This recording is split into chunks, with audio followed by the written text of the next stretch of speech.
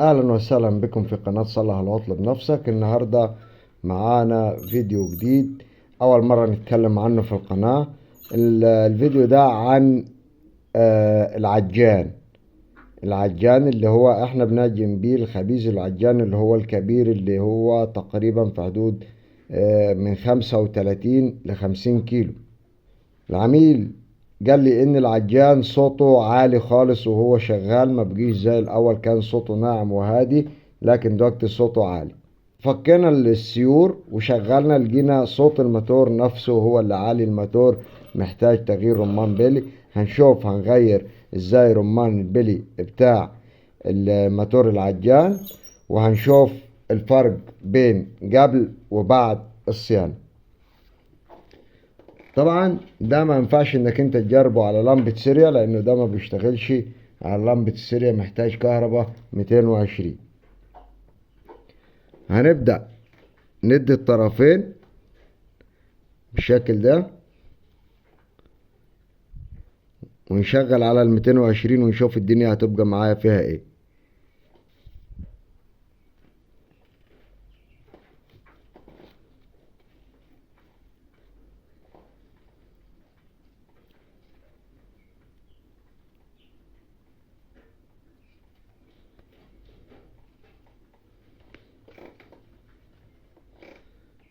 نسمي بسم الله ونبدأ نشغل ونسمع صوت الموتور مع بعضينا، نشوف صوت الموتور عامل ازاي.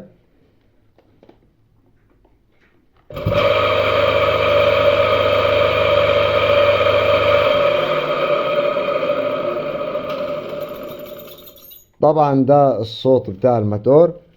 هنبدأ هنشوف ازاي هنغير مع بعضينا وهنشوف الفرق كان ايه وبقي ايه. خليك معايا. اول حاجة هتعملها هنبدأ نفك الطنبورة اللي هي بيركب عليها السير بالشكل ده اهو، ونسحبها لبره تطلع معايا. بعد كده عندي هنا 4 مسامير اهم، هنبدأ نفك ال4 مسامير دول مع بعضينا.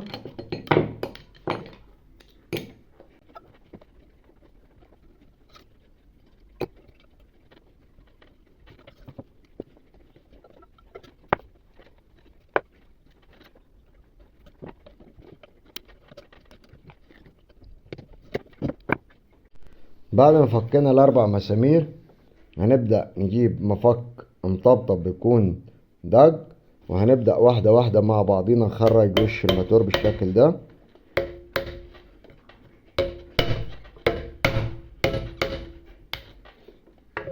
طبعا مش هنخبط من اتجاه واحد.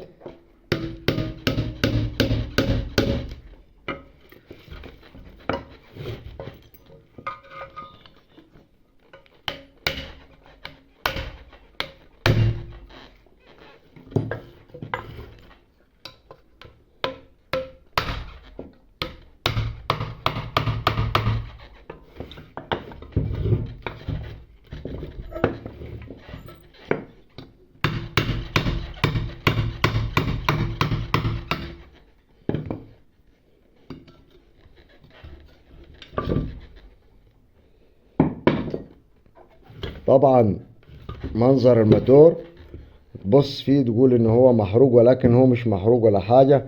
المشكلة كله في رمان البلي اللي هرك عمل معايا مشاكل. هنبدأ طبعا نفك الوش بتاع الموتور. نصيحة: وش الموتور ده هو ما ينفعش انك انت تبدأ تخبط عليه كده، لانك مجرد ما تخبط عليه وش الموتور هيتكسر معايا.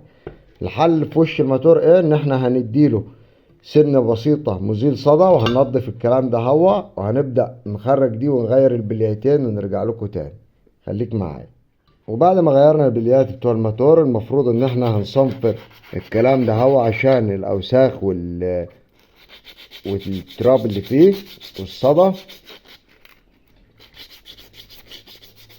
تصنفر الموبينة كويس.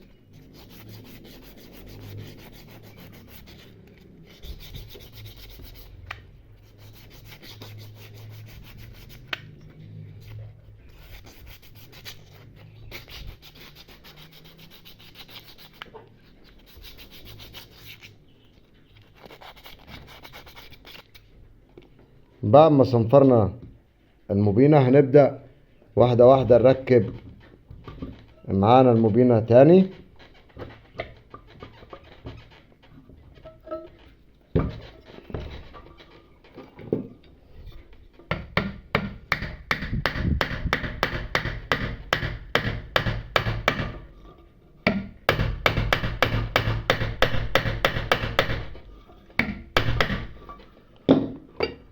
طبعا ركبنا الموبينة وثبتناها كويس. طبعا اهم حاجة تكون نضفت مكان البلياية، الظرف بتاع البلياية، وهنبدأ نركب بالشكل ده.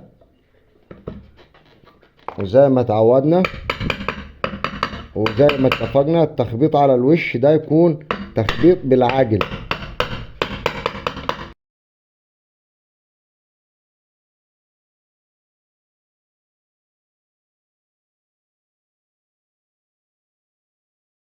هنبدأ نعدي اول مسمار، هنظبط عليه الفتحات،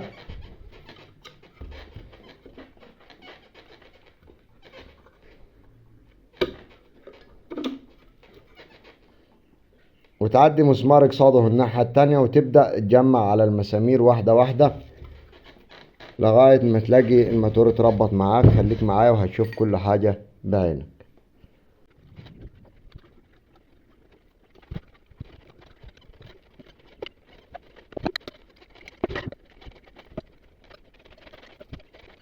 بالشكل ده كده احنا نبقى ربطنا الموتور. تعال نشوف مع بعضينا هنعمل فيه ايه. هنبدأ نسمي بسم الله ونشغل ونجرب نشوف هل الدنيا تمام ولا لا. طب يا هندسة انا بعد ما غيرت رمان البلي هنشغل على طول؟ لا طبعا.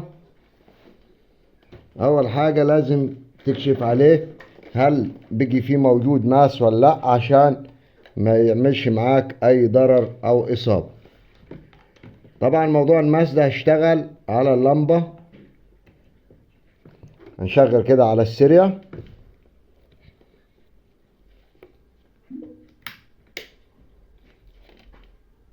نشتغل على السيريا وهنبدأ نمسك طرف ونعمل كده. هل في عندي ماس؟ مفيش ماس، لان لو في ماس هيبدأ ينور كده بالشكل ده اهو. هنشوف الطرف التاني كده تمام، ما عنديش اي مشاكل. طبعا قلنا في بداية الحلقة ان ده ما ينفعش ان انا نشغل على السيريا ونقول هو هيشتغل معايا. الموتور بتاع العجان او موتور الغسالة العادية هما الاتنين يعتبر واحد. مجرد ما هتبدأ تاخد الطرفين بتوع السيريا هتلاقيها اديتك وميض عالي زي كأني عندك قفلة اهو. لو بصينا على الوميض ده احنا ممكن نتخيل ان في قفلة، ولكن مفيش عندي اي مشاكل. هنبدأ نسمي بسم الله ونشغل على 220 ونشوف الصوت فرق معاه ولا لا. طبعا صوت الموتور بيجي بالطريقة دي، فرق معاه خالص طبعا عن الاول، وده بسبب رمان البلي. ولكن المفروض ان احنا ما نتأخرش عليه في تغيير رمان البلي.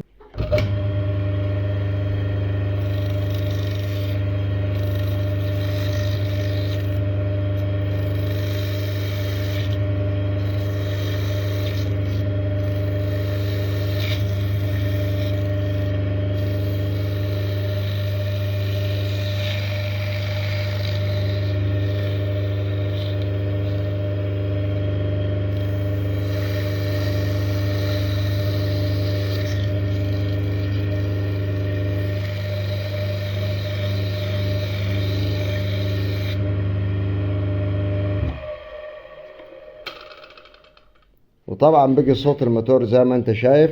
هنرجع بعد كده كل اللي احنا هنعمله ان احنا هنركب الطنبورة تاني بتاعت الموتور. لو فيها مشكلة او بايظة هنغيرها، ما فيهاش مشكلة، هتركب تاني مكانها زي ما كانت بالشكل ده اهو. وهتبدأ تربط وترجع تربط موتورك تاني داخل العجان.